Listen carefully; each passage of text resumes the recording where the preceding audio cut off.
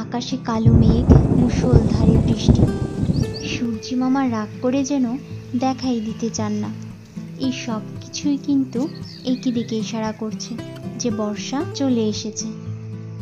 গ্রীষ্মের পরই বর্ষাকাল।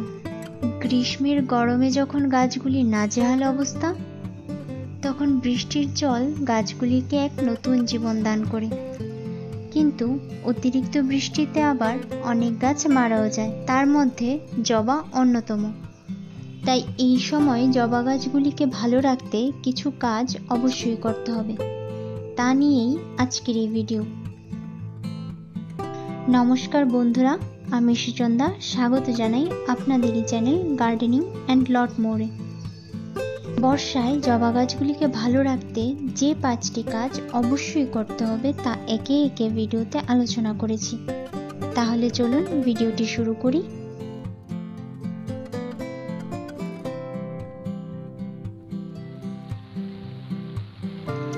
টানা বৃষ্টিতে গাছের গোড়ায় জল জমার সম্ভাবনা সবচেয়ে বেশি। গোড়ায় জল জমলে জবা গাছ রুটরোট হয়ে মারা যেতে পারে। তাই গ্রিন নেট বা সাদা প্লাস্টিক দিয়ে ছাউনি দেওয়ার ব্যবস্থা করতে হবে, অথবা ভালো আলো আসে এমন জায়গায় গাছগুলিকে রাখতে হবে। 5-6 দিন অন্তর অন্তর গাছগুলিকে বৃষ্টিতে ভিজাতে পারেন, কিন্তু টানা 3-4 দিন বৃষ্টিতে কখনোই গাছগুলিকে রাখা যাবে না। যদি আপনি প্লাস্টিকের টবে গাছ করে থাকেন, সেই ক্ষেত্রে গ্রিন নেট থেকে প্লাস্টিকের ছাউনি অধিক কার্যকরী হবে, কারণ প্লাস্টিকের জল শোষণ ক্ষমতা একবারেই থাকে না। তাই টবে জল বসার সম্ভাবনা কয়েক গুণ বেড়ে যায়।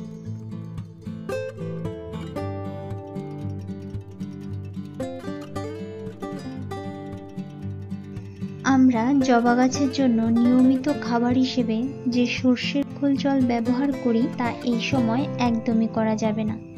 এতে ফাঙ্গাস হওয়ার সম্ভাবনা থাকে। তাই এই 2 মাসের জন্য গাছের খাবার এখনই দিয়ে দিতে হবে। গাছে খাবার দেওয়ার সময় দেখে নেবেন টবের মাটি শুকনো কিনা। টবের মাটি শুকনো হলে তবেই খাবার দেবেন। বন মিল, নিম খোল, সরিষার খোল, শিংকুচি ও কম্পোস্ট এই সব কিছু মিশিয়ে আমরা ঘরে যে মিক্সচারটি তৈরি করেছি সেটি টবের মাটি কিছুটা খুঁড়ে 1 মুঠ করে প্রতি টবে দিয়ে দিতে হবে। যদি এই মিক্সচারটি আপনাদের আগে থেকে তৈরি না থাকে, তাহলে পূর্বে উল্লেখিত সব উপাদান মিশিয়ে তৎক্ষণাৎ ব্যবহার করতে পারেন। যেহেতু আপনি টবের উপর দিকে দেবেন, সেই ক্ষেত্রে গাছের কোনো ক্ষতি হবে না। এছাড়া অন্যান্য খাবার হিসেবে সপ্তাহে 1 বার করে NPK 19-19 গাছে স্প্রে করে দিতে পারেন।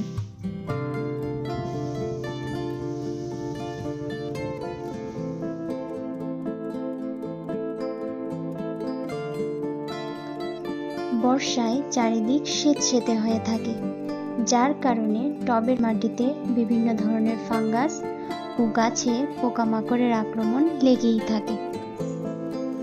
এই সমস্যা থেকে বাঁচতে সপ্তাহে 1 বার করে নিম অয়েল মেশানো জল স্প্রে করতে হবে। আর এই কেঁচো, শামুক দেখা মাত্রই টব থেকে সরিয়ে ফেলতে হবে এবং জলে ফাঙ্গিসাইড মিশিয়ে গাছের গোড়ায় দিয়ে দিতে হবে।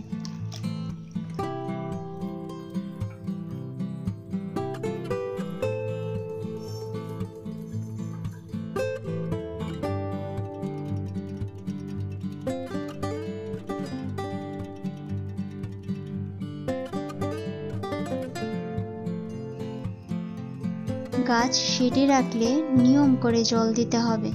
যেহেতু বর্ষাকাল, তাই এই আর্দ্র আবহাওয়ায় গাছে জলের বেশি প্রয়োজন পড়ে না। আর জবা গাছের ক্ষেত্রে জল বেশি বা কম দুক্ষেত্রেই কিন্তু পাতা হলুদ হওয়া, কুঁড়ি ঝরে পড়া এই সমস্যাগুলি দেখা যায়। টবের মাটির উপরের ভাগ শুকিয়ে আসলেই জল দেবেন। এতে গাছের শেকড় ভালো থাকবে ও গাছের গ্রোথও ভালো হবে।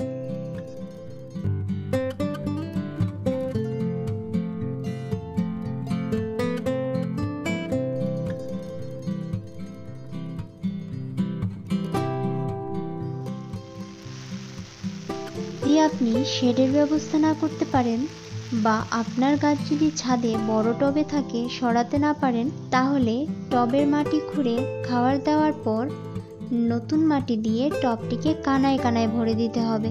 এতে বৃষ্টির জল বাইরে গড়িয়ে যাবে এবং টবে জল জমবে না।